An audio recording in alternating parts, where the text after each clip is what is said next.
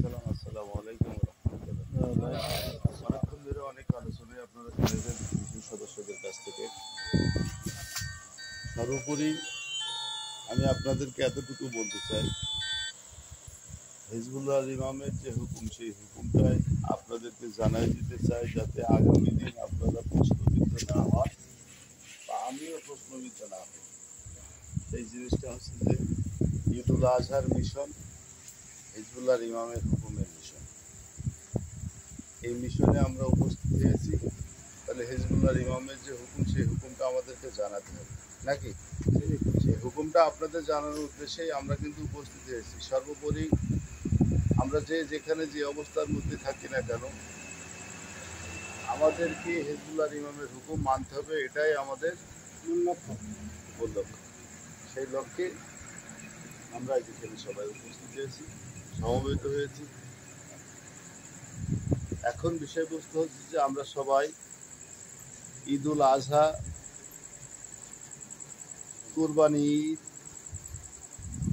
এই যে বিষয়টা কেবলাজান আমাদেরকে যে দিক নির্দেশনা করেছেন দিয়েছেন, সেটা থেকে আমরা যে শিখেছি, যেটা জেনেছি, যেটা বুঝেছি, ঈদুল আজহাটা আমাদের কার সাথে উদযাপন করতে হবে? আপন মুর্শিদের সাথে উদযাপন করতে হবে। আর ঈদুল ফিতরটা বাবা পরিবার পরিজন ছেলে মেয়েদের নিয়ে বাড়িতে করবার হুকুম, তাই তো? তাহলে কুরবানি ঈদে আমি যাব, কুরবানি করতে হবে না? পীরের দরবারে কুরবানি করতে হবে না? হবে না? তাহলে পীরের দরবারে যদি কুরবানি করতে হয়, তাহলে কুরবানির পশু তো কিনতে হবে নাকি? না, করতে হবে না? অবশ্যই কুরবানির পশু আমাদের কিনতে হবে। বিষয়বস্তু হচ্ছে যে এক একজন এক এক ধরনের কুরবানি করার মতবাদ দিয়ে থাকে না? কেবলাজান আমাদেরকে সেই সুযোগ দিয়েছে। কিছু বিষয় আছে ইসলামের, যে বিষয়গুলো সবার জন্য একই নিয়ম।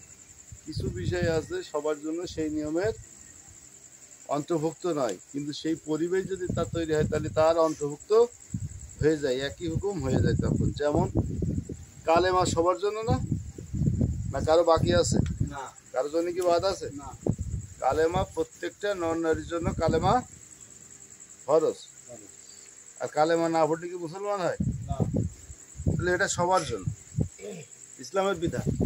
নামাজ কারো জন্য কি বারণ আছে? যারা মুসলমানের দাবিদার, সবার জন্য নামাজ ফরজ। রোজা সবার জন্য ফরজ, কারো জন্য কি বন্ধ আছে নাকি? হজ, যাকাত তাহলে এই যে বিষয়টা, হজটা সবার জন্য না, যার শক্তি এবং সামর্থ্য আছে তার জন্য নাকি? আর যাকাত যার সামর্থ্য আছে, অর্থ আছে, তার জন্য তো নাকি? এখন বিষয়বস্তু হচ্ছে যে তাহলে আমাদের সেই সামর্থ্য নেই হজ করবার মতো, আমাদের একক টাকায় পশু কুরবানি করার মতো ক্ষমতা নেই, আছে? তাহলে আমরা সম্মিলিতভাবে পশু ক্রয় করব এবং পীরের দরবারে কুরবানি করব। তাহলে আমাদের যেতে হবে না, করতে হবে না? কেবলাজান সেই শিক্ষাটা দিয়েছেন। এই শিক্ষাটা আমাদের শরিয়াতে কেউ বলবে না যে সম্মিলিতভাবে কুরবানি দেওয়া যায়। কেবলাজান সেই শিক্ষা দিয়েছেন আমাদেরকে। আমরা সমস্ত ভাই যে সম্মিলিতভাবে কুরবানি করব, তাহলে যেতে হবে না? আমাদেরকে যেতে হবে। তাহলে কুরবানি পশুর আমাদের খেদমত দিতে হবে। দ্বিতীয়ত, ঈদের খুশিতে আমরা আমাদের পরিবার পরিজনের, আমাদের ছেলে মেয়েদের ঈদের খুশি করবার জন্য জামা কাপড় ইত্যাদি আমরা দিই না? দিই না? তাদের চাহিদা মতো আমাদের শক্তি সামর্থ্য অনুযায়ী আমাদেরকে দিতে হয়। তাহলে আমাদেরকে কেবলাজানের জিসমানি আওলাদ, আমাদের নেতা, আমাদের ইমাম সাহেব, তাহলে তার উপহার আমাদেরকে দিতে হবে না? হবে না? দিতে হবে। সেটা কম না বেশি? সর্বোপরি সবচেয়ে বেশি। কারণ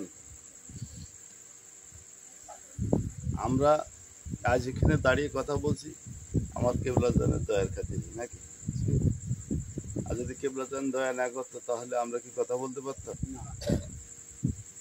তাহলে যে আমাদেরকে এত দয়া করে রেখেছে, যার দয়াতে আমরা কথা বলছি, কর্মকাণ্ড করছি, চলাফেরা করছি, তাহলে তার আওলাদের ঘরটা কেমন কেমন হতে হবে? দ্বিতীয়ত বিষয় হচ্ছে যে সামনের পরিস্থিতি পরিবেশ যেদিকে ধাবিত হচ্ছে, যদি মোচড় মারে তাহলে এই দেশবাসীকে খাওয়াতে হবে না হবে না? এই দেশবাসীকে রক্ষা করতে হবে না হবে না? তাহলে তাদের যদি খাওয়াতে হয়, তাদের যদি বস্ত্র দিতে হয়, তাদের যদি ঔষধ দিতে হয়, তাহলে সেগুলো ক্রয় করতে টাকা লাগবে না লাগবে না? হিজবুল্লাহর ইমাম 22 সালে উরুস শরীফে স্পষ্ট করে বলেছিলেন, এই সরকারকে আমি অনুরোধ করছি আপনি 3 বছরের খাদ্য মজুত করুন, 3 বছরের বস্ত্র মজুত করুন, 3 বছরের ঔষধ মজুত করুন, করে সেনাবাহিনীর হাতে জিম্মি রাখুন, সেখানে গচ্ছিত রাখুন, কারণ আজ সব তো চোর। তাহলে সেই পরিবেশ, সেই পরিস্থিতি ঘটিত, মানে সেই ঘটনা ঘটবার সময় হয়ে গেছে না? তাহলে মোচড় মারবে না মারবে না? তাহলে এগুলো লাগবে না লাগবে না? হিজবুল্লাহর ইমাম তাহলে সেই মানুষদেরকে, দুস্থ মানুষদেরকে সহযোগিতা করবার জন্য, তাদেরকে সেবা করবার জন্য যে জিনিসের যে সামগ্রীগুলো প্রয়োজন সেগুলো ক্রয় করতে টাকা লাগবে না? হিজবুল্লাহর ইমাম বলেছেন, এখন আমার প্রচুর টাকার দরকার, আপনারা টাকা দেন। সাথে সাথে এটাও বলেছেন, আপনার যদি সমস্ত কিছুই হারিয়ে যায়, থাকার পরও আপনার কাছে রাখবেন, সমস্ত কিছু হারিয়ে গেল, তাহলে লাভটা কি হলো? আপনার লস হলো। আর হিজবুল্লাহর ইমাম বলছেন, আপনারা আমাকে এখন দেন, আমার কাছে রাখেন, পরবর্তীতে আমি আপনাদেরকে দিয়ে দেবো।